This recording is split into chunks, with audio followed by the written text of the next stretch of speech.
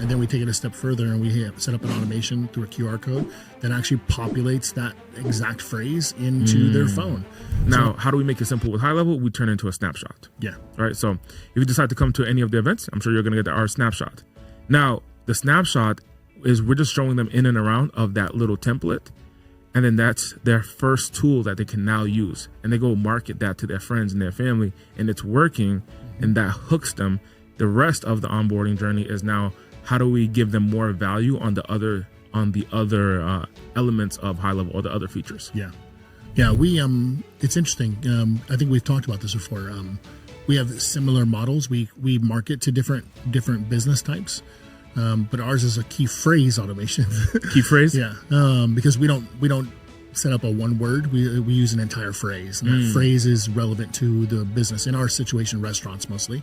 And so it might say, yes, I want 10% off my bill at Broken Yoke, for example. And then they'll text that in, and then we take it a step further and we set up an automation through a QR code that actually populates that exact phrase into their phone. So we don't have to worry about typos or any of that kind of stuff. They just literally scan it, boom, puts the phrase into their SMS app, and then all they have to do is hit send.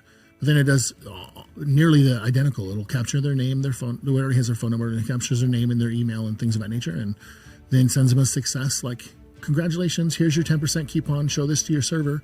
And the server takes the 10% off the bill, and now we have a new lead in the system for the restaurant, and there's a win.